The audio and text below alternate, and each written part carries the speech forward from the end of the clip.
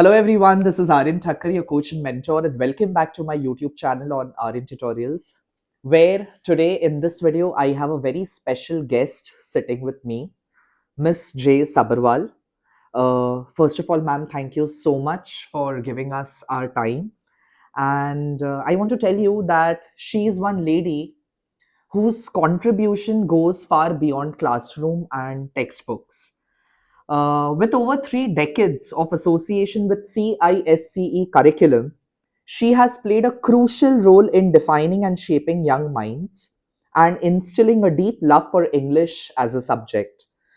You all have often asked me, that how am I so good at what I do, like maybe teaching or speaking well, or my vocabulary is very polished. So, to tell you that I picked up all these attributes from this beautiful woman, and she has been my mentor during my school time, and she is one person that I look up to. And every day, whenever I get a chance to have a conversation with her, there is something new that I get to learn. And whatever you're seeing this today, this person who has 10,000 subscriber and is teaching English, I have taken after from her. So thank you so much for inculcating that that curiosity wala keeda within me and making me so good as an individual and an effective communicator. Thank you so much for that. Thank you so much, Aryan, for these wonderful words. Okay, to add furthermore, she has served as a former teacher at St. Jude School, Dehradun, and later taking on the leadership role of a vice principal at Shivalik International School, Dehradun. And she also has been a former teacher of St. Vincent School, Asansol. But her journey does not end with teaching alone. She has been an educator, a mentor, and a visionary where through her editorial insight, she has also been the founder of our schools, that is St. Vincent School's editorial board, leaving behind a legacy of disciplined writing and thoughtful expression. And to add more, she has always been my lender of last resort. Whenever I'm lost, she's there to back me up with all my doubts and conceptual theories. And maybe whenever I have a different perspective and interpretation pertaining to subject English, she's the one I have to run down to. Okay? So she's always there to back me up. So it's an absolute honor to have you with me today, ma'am. Thank you so much. Thank you so much. Thank you so much, Aryan. Uh, And if you call this legacy, I'm happy you're carrying it forward. oh, thank you so much. I'm humbled to hear this. Now, the purpose of this conversation with you is to uh, clear that air of confusion which has been going about for quite a long time. There is no much of a clarity about English paper 1 and paper 2 and how the evaluation process goes on and what are the key areas key which needs to be taken care of and the mistakes which should be avoided on the part of children so that they can end up getting a perfect 100 or as high as 95, 96, 97, 98 in their board examination. Okay? So to begin with, ma'am, firstly, we are going to go paper wise. First, we'll take up paper 1 and then we'll go to paper 2. Okay. Right. Now, to begin with paper 1, given the limited time span that we have, which is board examination is now 1 month ahead, how should a child prepare or approach their English paper 1? Okay. So, first of all, I would like to say follow the 3 word mantra, which I always tell my students, that is training, discipline, and control. You have Okay. to train yourself how to write, what to write, how much to write. And you should have control on the way you write things, amplify things. Always creativity is essential, but clarity matters more here. Okay.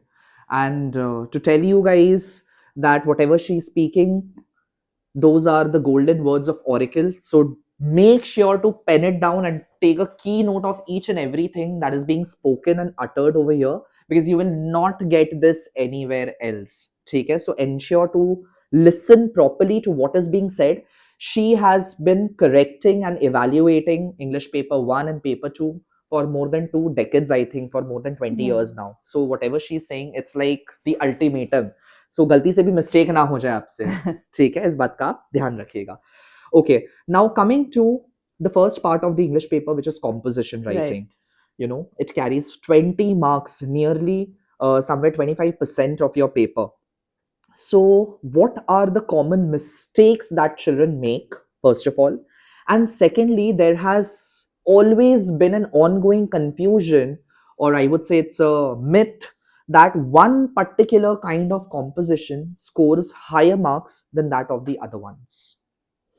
No, I won't say that one composition scores higher than the other. Hmm. All are equally balanced, all carry equal marks, and the marking range is also the same, and we follow the full range. We follow 20 marks means 20 marks. It is not that we have to give 18 or 19 because we can't give full marks in essay. It's nothing like that.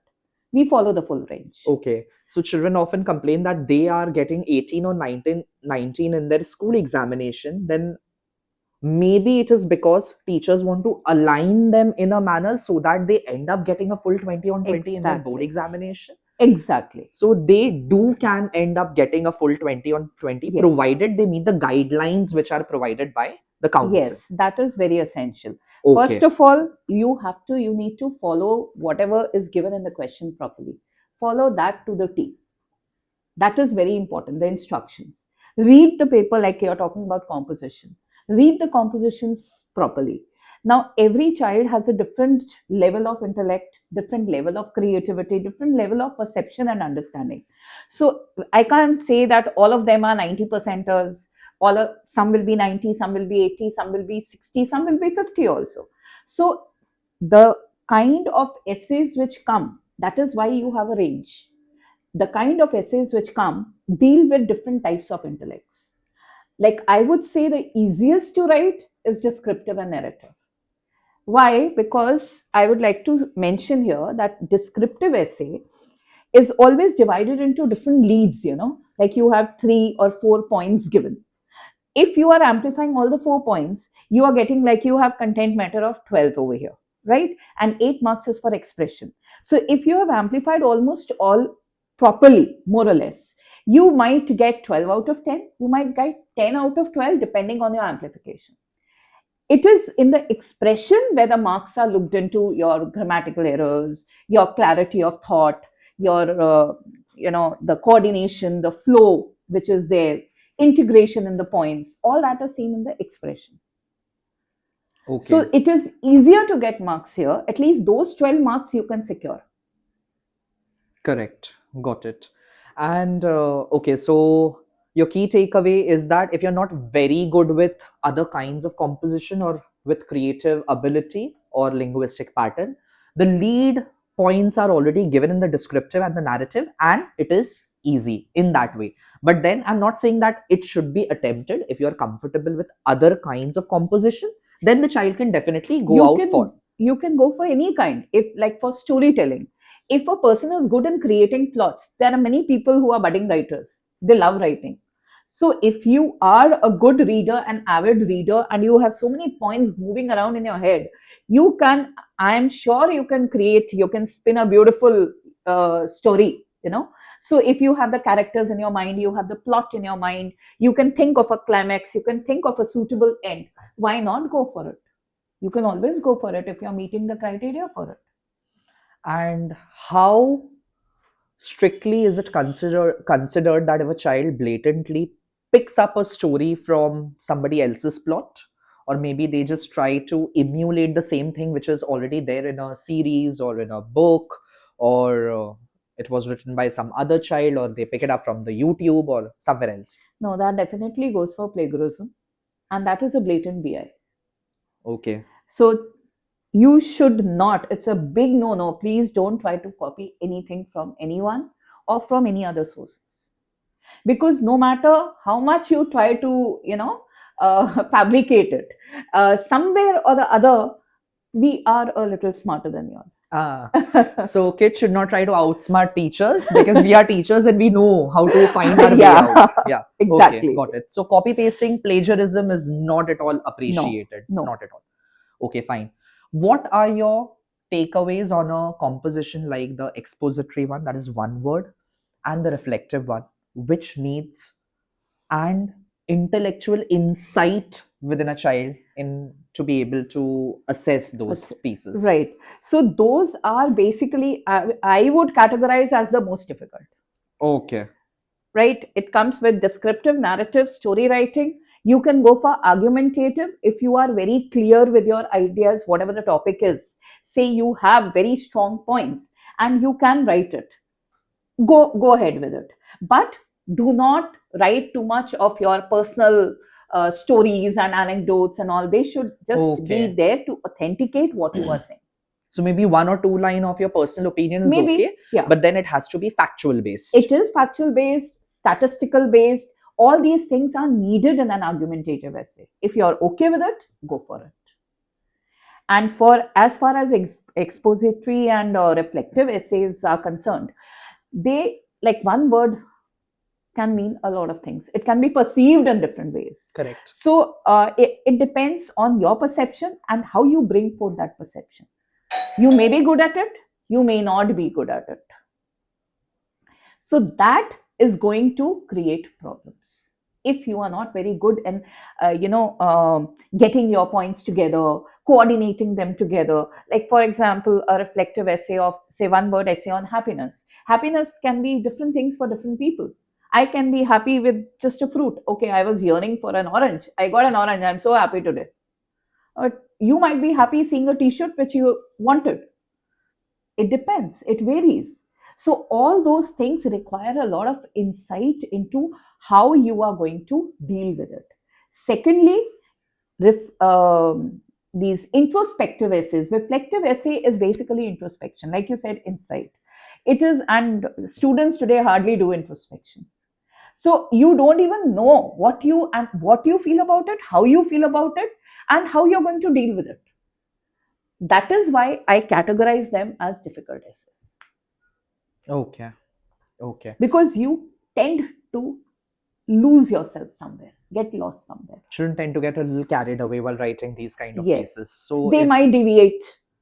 So that okay. is going to, very subtly cut marks, bring down their grades. Okay. Okay. So as per whatever you have said, uh, I would dissect it for the children that if a child is not very good with their creative ability, then they should go for a narrative or a descriptive. Although we are looking at a very great vocabulary in that as well, because in my opinion, descriptive essays are such if that picture is not being framed in the mind of a reader while reading, you might get you might tend to lose marks on that.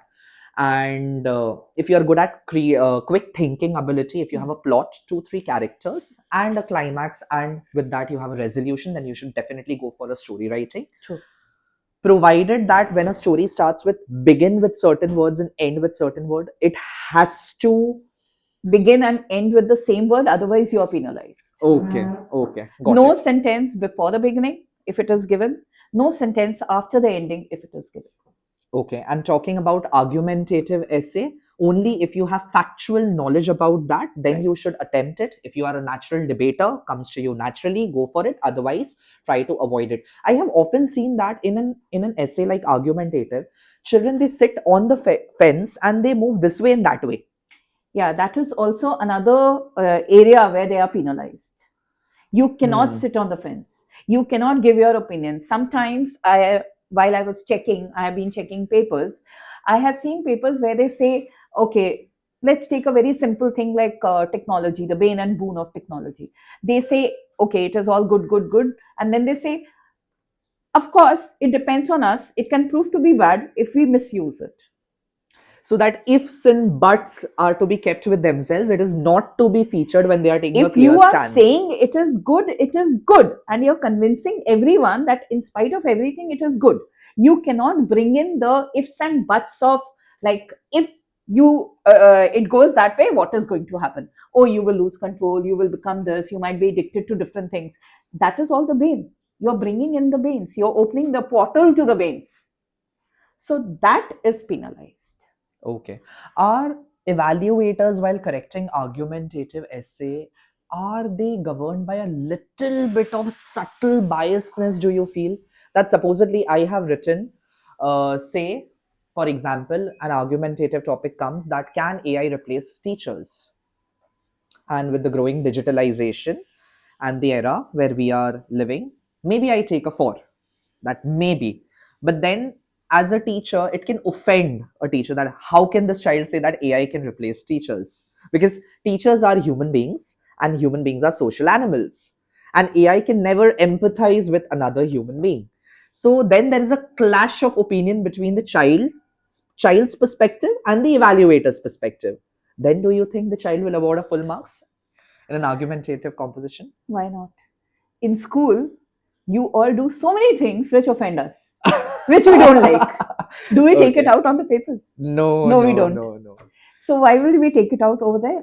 It So doesn't. it's a There is myth. nothing called a biasness over there, because as it is, we all know that we are following a particular board pattern and we are following a particular marking scheme, which does not allow for biasness. It just allows a little for opinions, maybe varied opinions. You are taking it, you are not taking it. It depends on that. It depends on the examiner's um, wisdom of choosing whether the thing is correct or not. Justification is allowed, your perspective is allowed, but your justification should align with that. Only that is taken into So in account. other words, your Otherwise, points have to be convincing. convincing. It could be divergent from It the could be anything, yeah. evaluator's perspective. Yes. Okay, fine. So there is no such biasness. It is one myth about the evaluation of an argumentative composition that if you supposedly like if 90% of people will go for the motion, and if you personally don't feel that this you want to take a for the motion and you want to go against it, as long as you are convincing the evaluator with your points, you will get marks. There is no such preliminary biasness on the part of evaluator's mind. Correct. Take care. Got it.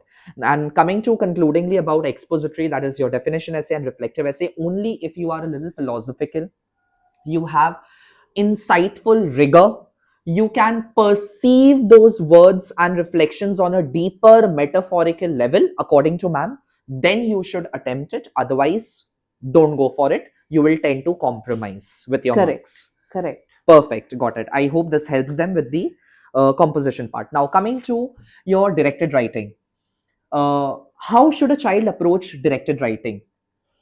Okay. Like when a directed writing is asked, as far as I know, like when we used to do it in our school times until today, it is just about, I think, amplification and a little bit of coherency here and there. So what is your take on that, and why do children lose marks in directed writing portion? See, directed writing, I mean, this is also another myth that we can't get marks in directed writing. And children tend to treat it, as if it is some very big thing and it is like a monster which is going to eat them up. It's nothing like that.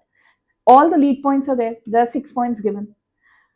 You know your format, you know your points, you have to conclude it, right? Now, when you are approaching it, it is just the format is very important. You write the format, you get 1 mark. Okay. Content is 12 marks. There are 6 points. Yes, it is based on amplification, proper amplification of all the point. Don't miss out any point. Even if you can write only one line, write it.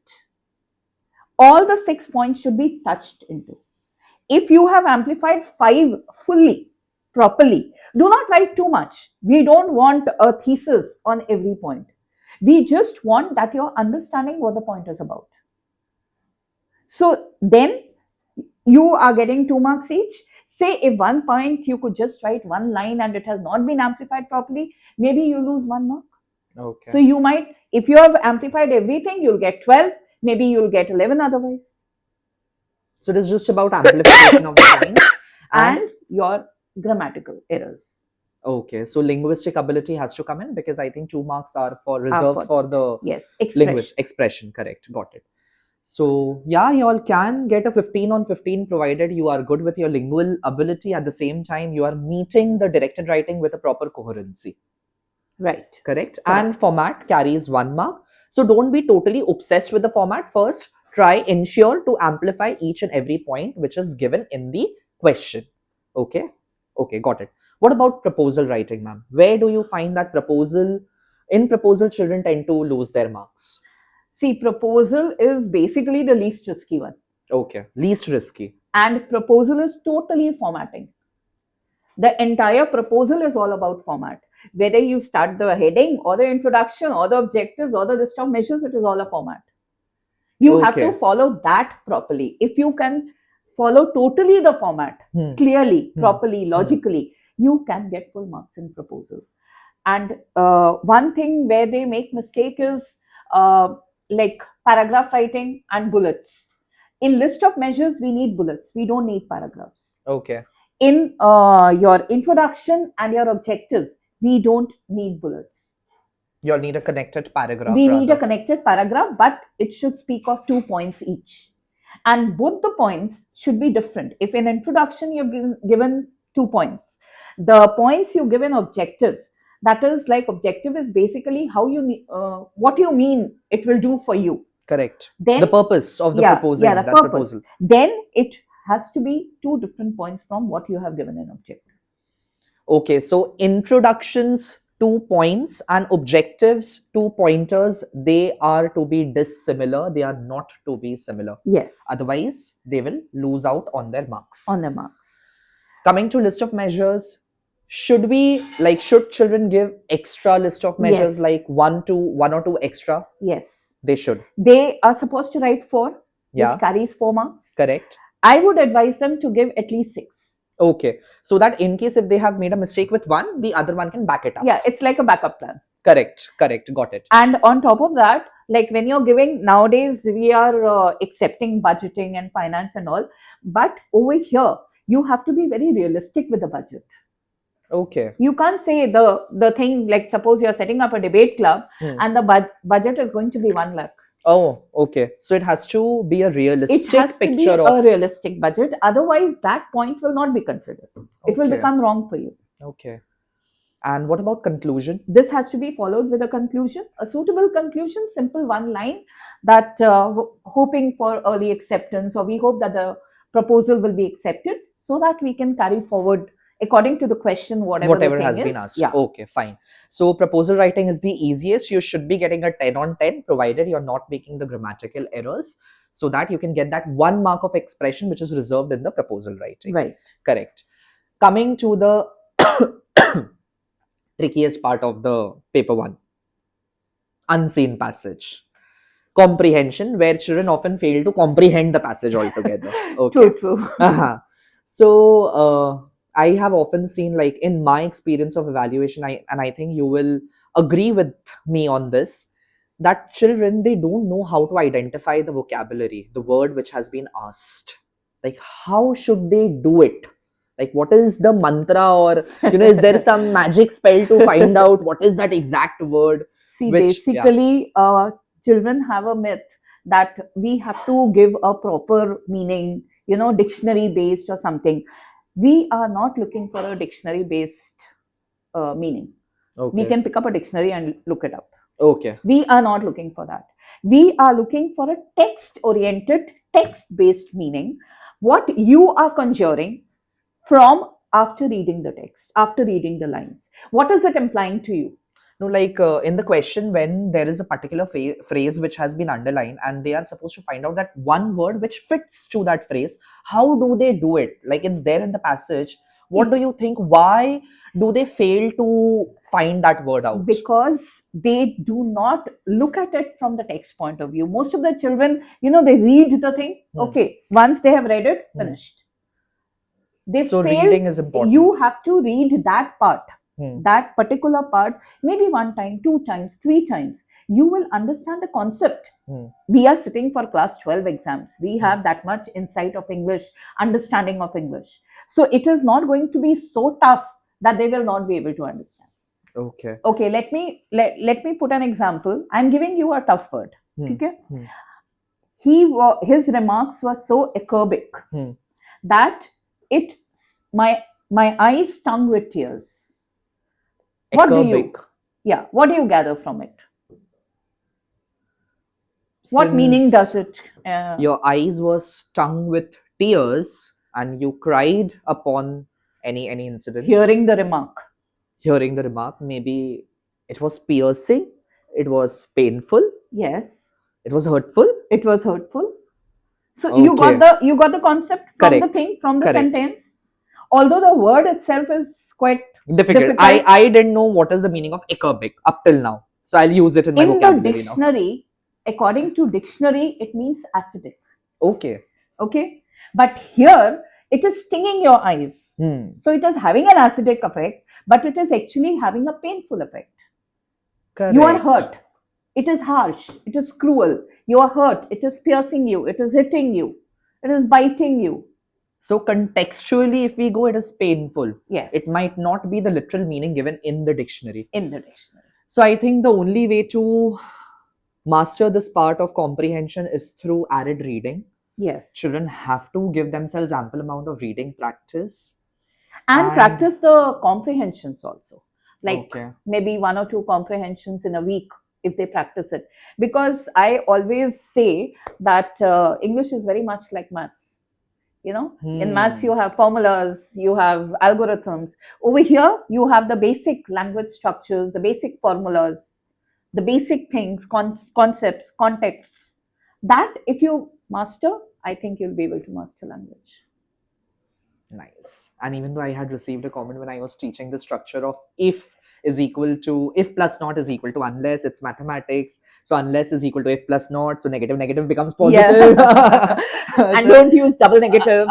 Don't use double negatives. So kids were like, "Yahan bhi maths mera picha nahi chhod raha hai." Yes. Okay, I got so it is like that. The more you train for it, the more you practice it. We all say, na, practice 5 sums daily. Correct. Practice 5 sentences daily. Practice True. writing 10 lines daily. True. Don't do much. True. Take a comprehension passage, just do the summary because that is something which you find difficult. So approach the difficult part. What do students do? Where they find difficult, okay, I don't like this because it is difficult, I won't do it only. They try to avoid it. That approach is wrong. What you can't do, try to master it.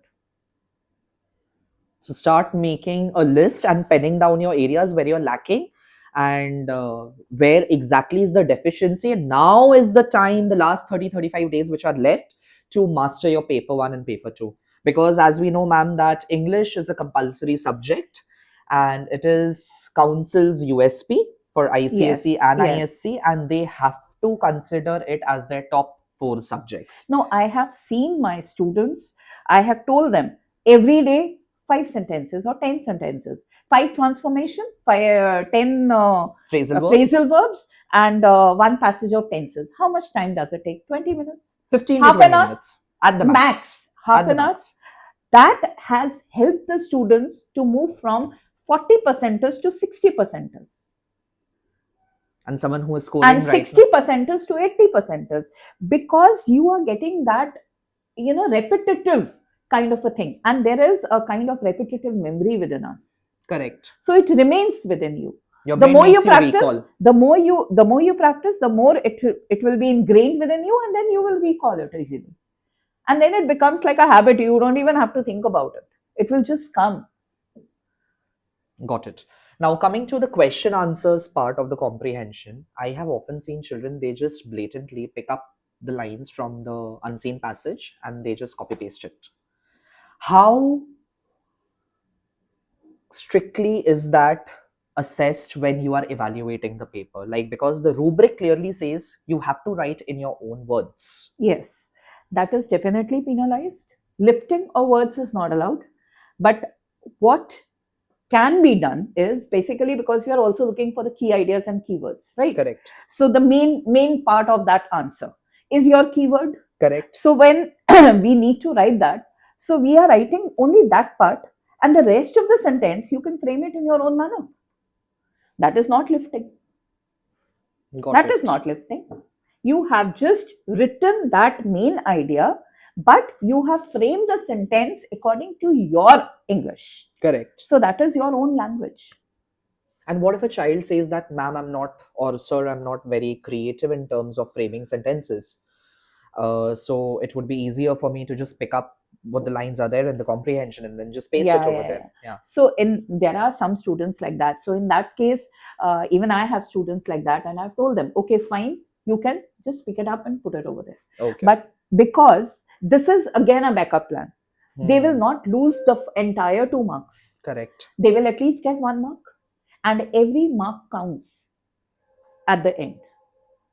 True. But then just lifting up the sentences and placing comes with the cost of marks. So you are losing out somewhere. Fine. And then the most difficult part of the paper one, that is pressy writing. Summary kaise likha jata hai? How to exactly draft that passage in 100 words? Okay, my first question would be that can a child exceed the word limit which is given by the council? Like they have to write the pressy or summary in 100 words. So, sir, ma'am, can I write it 103, 104, 101, 110? It's a So, no, no, no in capital letters. no, no, no, no, no, in uppercase. No, you cannot do it. Don't try to exceed the word limit. Okay. See, because I'll tell you, it is actually going to affect them only, their writing. What happens is, say 1 mark, okay, 1 word. They have written 101 words. Okay, the examiner might let go if he's in a good mood.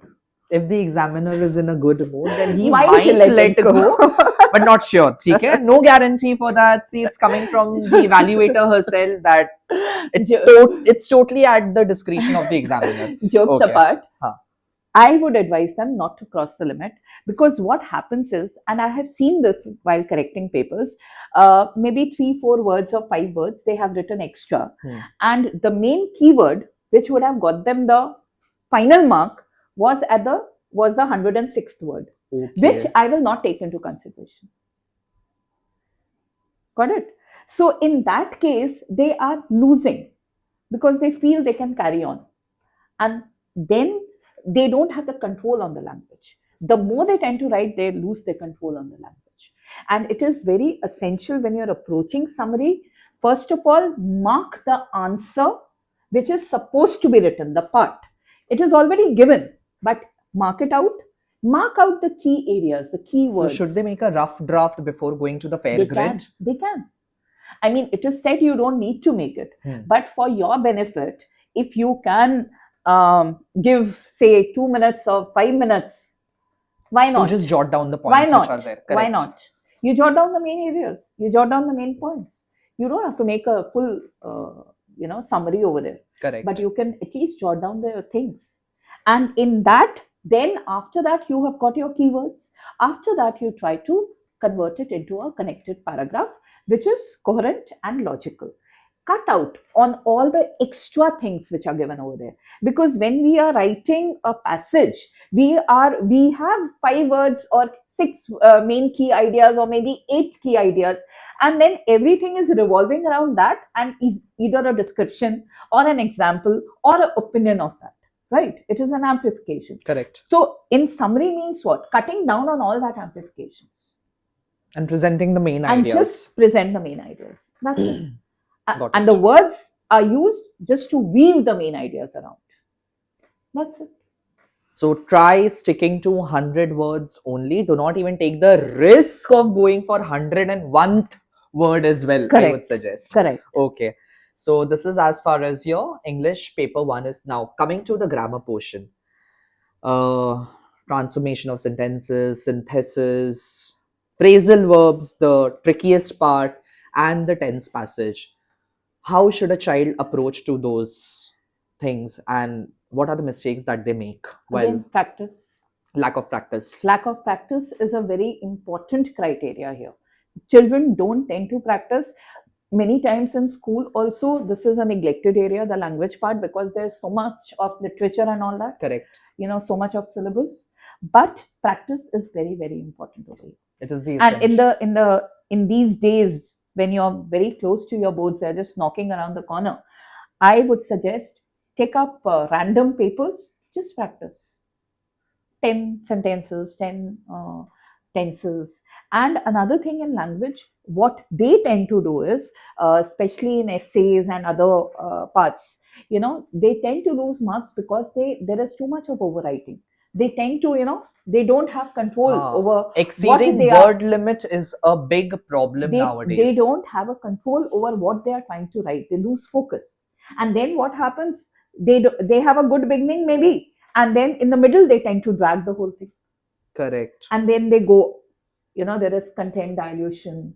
You are not focused. There is no coherence. There is no precision in what you're trying to say. All this So happens. it is also like if your introduction is striking and appealing, but if your body falls flat immediately. You will lose You marks.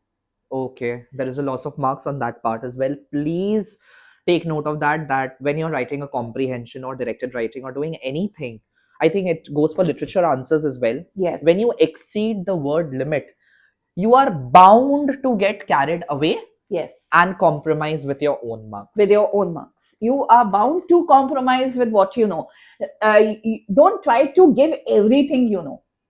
Correct. We might be knowing a lot of things, but it might not be required. It might not be necessary to put it in over there.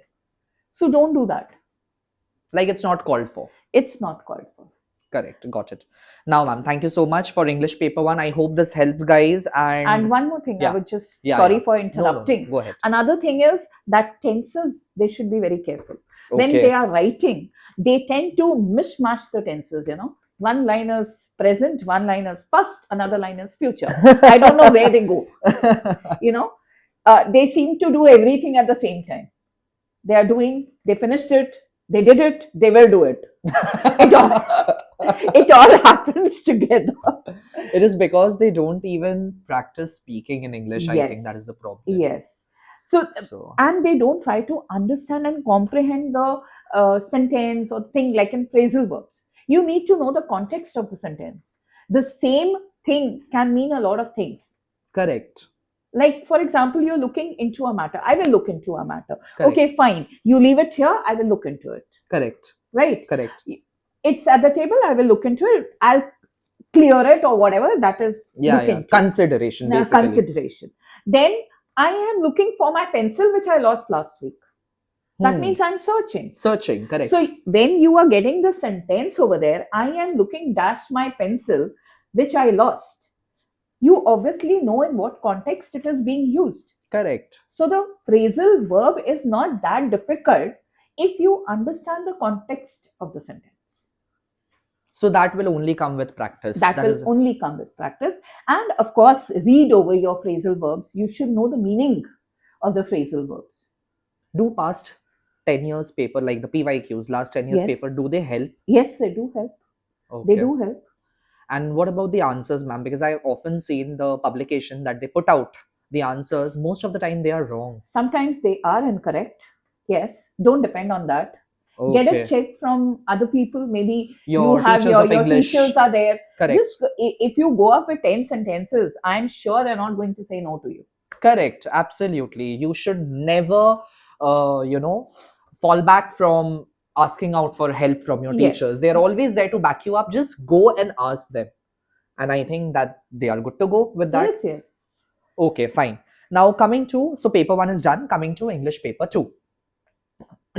Now with the drama that we have, Macbeth, which is very layered, which is very complex. What are the mistakes that children are making when they are studying Macbeth? Number 1.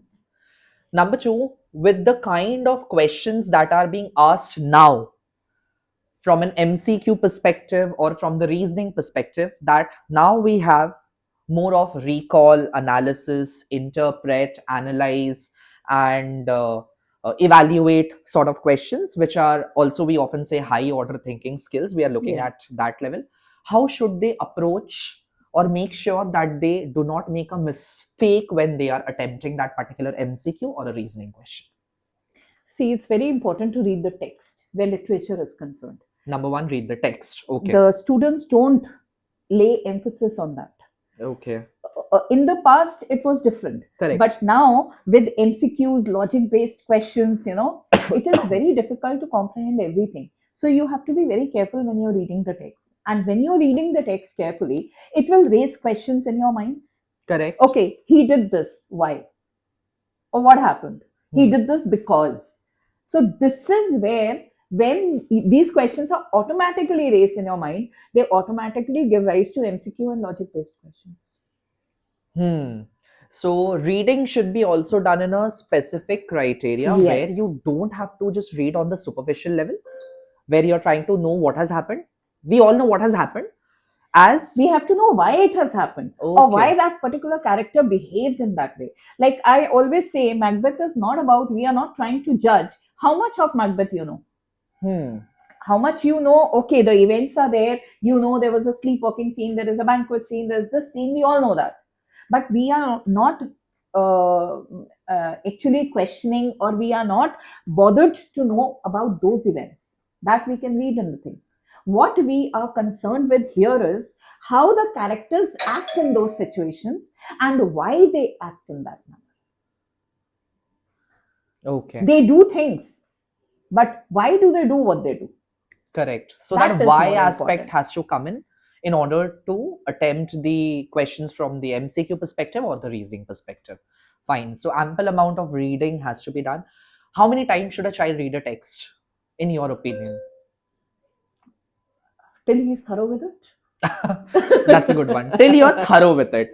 So I still I mean, remember in my if you just think of something and all the things flash in front of you, like correct. for example, if you think of the cookie lady Hmm. and all the major things flash in front of your eyes, Hmm. like she was a lady who was old, but she had something eerie and suspenseful around her. She was attracted towards this boy Babur, Hmm. and he was, a foodie, and he was attracted by the cookies she used to make, and then it brought his own downfall. All these things flash the moment you think of the cookie lady. That means you're thorough with it. Hmm. So long as you get thorough with the text, you have to keep rereading it until unless it is flashing before your Eyes. eyes. Yes. Now, Got coming it. to the answer writing portion of English literature, uh, how strongly do you feel that exceeding word limit can cost marks? Because a 5 marker question carries the word limit of 100 to 150 words, we all know, and 10 marker carries 200 to 250 words. Children often tend to write pages after pages, like 3 pages, 4 pages, just to try in an attempt to trying to impress the examiner. I don't know what happens with that. So can you just share something about that? See, why why are marks given? Why are words given? Basically, so that you can have control over your text. You know your text, but you have to shape your text. Hmm. That is very important. You should know how to shape it. Now, if you tend to write in a 150 words, it's given 150 words, and your 2 pointers are given. So many Leads are things given. are being given to you just to make you control your concepts, right? Hmm. And if you ignore that, will you actually get marks? You No. won't be able to get marks because your content is being diluted. Then you tend to write more. A 150 word answer, if you're writing 300 words, you tend to add so many sidelines, examples, opinions, and that actually weakens the actual context which is asked over there. Okay. So exceeding word limit is a no, no, no. It is It's a not to be big no. done. But ma'am, if 10, 20 words here and there we are going this way, that way. See, 10, 20 words is okay. Okay. But if you exceed 50, 60, 100, Hmm. 150 words, obviously you will lose focus. You yourself will lose focus. And there will be a lot of repetition. You will start repeating, you will start beating around the bush. And that is going to actually curtail your marks because the examiners will put a line over there. Repetition of ideas is not accepted at all. Okay. And coming to the keywords part, okay. Now there's a whole lots of buzz about this keyword thing. What exactly is a keyword, which an examiner or an evaluator is looking for while correcting the paper? See, if you focus on the question, Hmm. like it is, that is why I said it is very important to follow instructions. Children read half instructions, they assume things. Like, for example, like this is going a little offbeat. uh, the question was rainy day you Hmm. spent, Hmm. and the child wrote on rainy season because he loved rainy season. So when you don't focus on the instructions, you lose your points, Points. what you are going to put in over there. Correct. And as far as writing the keywords is concerned, now if you suppose there is a question, like we know that in Macbeth, in Act 3, he is suspicious about a lot of things. Macbeth turns a tyrant, and then he's also suspicious about Banquo because Banquo is having feelings of suspicion regarding Macbeth, Yeah, he right? can sense And that. this gives rise to like Macbeth wants to kill him. Hmm. This guy gives rise to that murder spree which he starts. Correct. So, if suppose the question is, how will you evaluate, or what do you think? Hmm. What points of his character are highlighted in this scene? And if a child gives me the full event Hmm. of like he thought of killing Banquo, Hmm. and then he got the murderers. He told the murderers. He talked to Banquo. He got all about like how he's Correct. going. He's going with planes and all that. Hmm. And then he gave that information to the murderers so that they could easily go and kill him. So it's a blatant summary that they mention, There is and nothing in this which is telling me about his character. His character will focus on he is thinking of murdering him. Why he is thinking of murdering him? Because fear, correct. suspicion, Correct. doubts, right? He turns into a doubtful person. His vaulting ambition. Yes, and he's thinking that fate, fate has played with him because it has given him a useless crown, powerless crown. That is why he's planning to murder. And he's planning to murder Flames also. Why? Because Flames could be a threat for him. So this is giving rise to that paranoia within him, the fear and the paranoia, and which is governing him to go on that degenerative path. His morals decay. So that is his character. So a child has to critically assess the answer, and the answer has to be made in a manner which is more critical oriented than just a blatant summary, which You they have to often do. understand what is being asked. That is why I said characters do things, but why do they do? That is more important. Correct. So what do they do is forget that for a bit of moment. Why are they doing it, or what is inclining them to do that thing or take that path or decision? That is more important when you're going through your Macbeth poetry or even your stories. Stories, yeah. Correct. Got it. And should a child underline keywords? Like, if you get a paper where a child has just written anyhow, that nowadays students don't even work upon their handwriting, and then you find a paper in which all the keywords are underlined, or the paper is presented in a manner which eases out the evaluation process for the examiner as well. Do you think a child will get brownie points for that? Presentation anywhere is important, I feel. Okay. You go to a restaurant, if the food is not presented properly with you, will you like eating it? It might be No. very tasty. No. No. No. So you are attracted by the presentation. So Correct. here also, we are also the same. We are humans. So presentation matters. If you don't have a very neat and a legible handwriting, then maybe they should leave. They should leave lines. Paragraphing should be done Correct. properly so Correct. that it looks a bit neat. And on top of that, yes, if there are keywords, there are quotations, like they can write partial quotations. Not necessarily you write Okay. a 3-line quotation. Okay. You can write a partial quotation like, okay, vaulting ambitions, Correct. spot out. When Out she damn spot on the out part damn of spot out. Lady when Macbeth. when Correct. she says in the sleepwalking scene, Correct. right? Correct. So even if you're writing partial statements, it is actually intensifying the context, and you can just underline it. Our eyes will go there. Correct. And So- the moment it goes in, the evaluator is And getting these are the- also your keywords. These Hmm. are also your keywords. So you definitely tend to earn brownie points if you present your paper in a way which makes it easier for the evaluator. There you get marks, or you get the brownie marks. ठीक है? Even if the evaluator is not in a good mood, चलो ये बच्चा ने अच्छे से कर दिया, दिखा दिया, जा ले जा तू, ले क्या जा. क्या याद रखेगा, ले जा. And always Okay. begin a new question from a new page. That is what I emphasize to my children as well, that the invigilators, when they are giving their examination, they are not asking for money to take extra paper. Like, it is not like 10 rupees per page, 10 rupees Yeah. do. So make use of the extra pages and begin a new question from the very fresh page so that it gets easier for the evaluator as Because well. see, what you mentioned, everyone is not neat in their writing, not neat in their presentation. So in that case, sometimes they get jumbled up. Correct. And even students have a tendency, like I missed up something, I scribble Ha. below. True. So if you have got space and you put a star mark, it's easier to scribble, I feel. Hmm. Even if you want to scribble.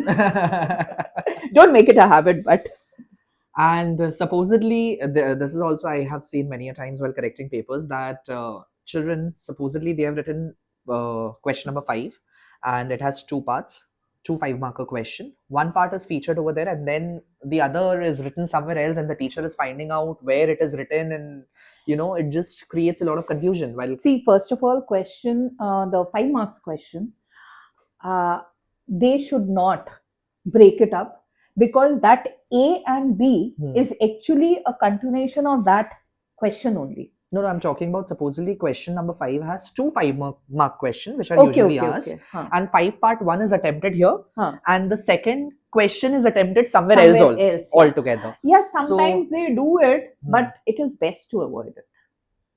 If you feel you are not being able to write it or something, leave a space. Leave a little space and come back to it. There is no harm in leaving space. okay, and my last question to you would be, ma'am, uh, which is a frequently asked question on the part of many students: should I attempt extra questions? No, No. please don't. It was a very direct and a blunt answer. No. Please don't. And why do you say so? Actually, see, even the board says do not attempt extra questions, right? Correct. But when we are correcting, okay, fine, we will not stop reading it. We will read it. But then, because we have to read it, we don't want the child to lose marks just Correct. like that. Correct. But it is like, taken as a maybe reluctantly, okay, Okay, so there एक is a extra sense of question we reluctance have when to yeah. check, that kind of a thing comes in. And secondly, when you are attempting extra questions, you tend to, like the first question also becomes a little shorter, second question also becomes a little shorter. So you are compromising somewhere You're else. compromising somewhere else. It is not the same. If you are writing the question, you have to write the questions. But over here, I don't think there is any choice of extra questions, unless and until it is in the 10-mark question where there are two. Correct. There is an internal thing given. But if you are So that is writing, what they but tend if to you are do. writing two 10-marks question, you are already compromising on your time. Correct. So in the last moment, it is time to perfection. Like it's time to perfect the existing ones which you have decided to attempt. So maybe they should try mastering that rather than Yes. going behind and running behind the extra questions Yes. in an attempt to impress the examiner that this is what I can do. So okay, fine. I think we have got everything covered, and with this, I think it should be a perfect help to students, and I hope this video is going to help you all. She has given all the insights with the evaluation process and the do's and don'ts and key areas and the mistakes that you have to avoid. And thank you so much, ma'am, for giving your precious time. Uh, really it means a lot to me and as well as to the audience as well. There are many students who will benefit from this video. Thank you so much for your time. Thank you so much, and my best wishes to the board examinees. And please study well, concentrate, focus, follow the formula, please. Training, discipline, and control. Keep a control on yourself and your emotions. Training, discipline, and control. These are your mool mantras for acing your English paper 1 and paper 2. Thank you so much for your time. I'll see you soon in my next video. Till then, keep smiling, keep studying. Take care. Bye bye.